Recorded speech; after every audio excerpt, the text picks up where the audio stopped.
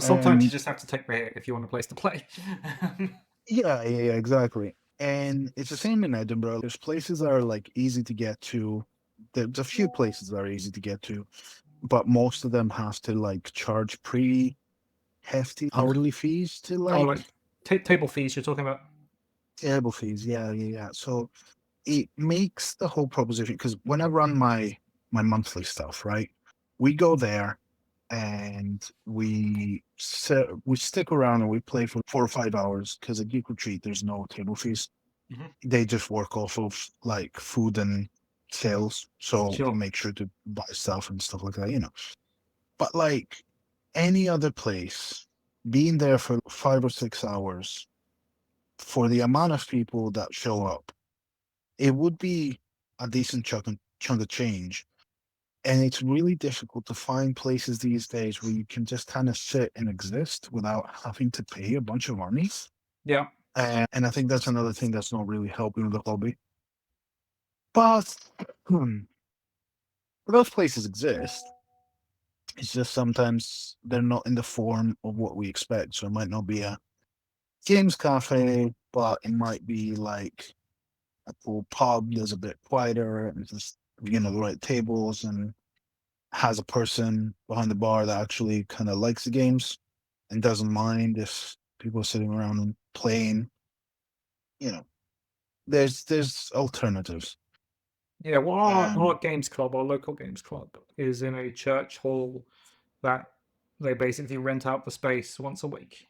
Um, yeah, and that's nice. basically that. But but I think you just kind of, yeah, you're right. You either need to find a game shop that has the facilities for you, or you almost have to do it yourself. And but that's a difficult thing, right? If you just want to play some games, do you pick up games, for example, you kind of need a place where people are playing those games already, and that's kind of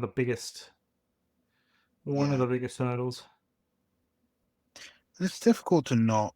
It's difficult to bring a game into an existing place without feeling like you're trying to poach players away. Yeah. And I'm like, look, at the end of the day, I do want to poach players away because I genuinely think that my system is better. My game is But better than yours. that's just straight up. Don't make me tap the sign that says that Warcry is the only awarded It is. GW system. It totally is. We'll keep on saying it until people understand.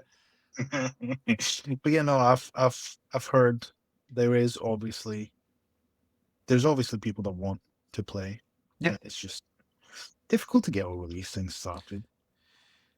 it is. It is. I mean, it took you the longest time to build up Warcry into what it is, right?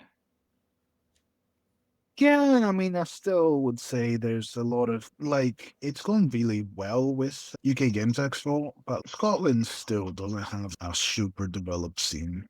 Mhm. Not for lack of players, it's just the numbers. Like players we have are great, and they pick things up really quickly, and when you and Toast have come up, they're giving you rough games, like Oh yeah, no, difficult, the good players. difficult games.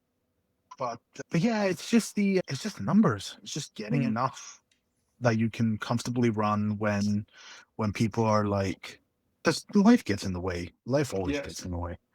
So knowing that you have a steady standard number is like a concern across, because I know that for a lot of the regular clubs, it's a concern, and why it's why a lot of clubs kind of turn into a lot of Warcry clubs turn into kind of more generic or general skirmish clubs. So like with the Glasgow one, we've also taken in Underworld and Spearhead. Sure. And I see it as a positive because of the amount of crossplay that is between the systems. And I'm always a big fan of like fully maximizing the value of what you've bought. So if you get Spearhead, sick. You probably, if they keep packaging them like this, have an Underworld warband. You maybe have a Warcry warband, so you can play all three games. Sick. Totally.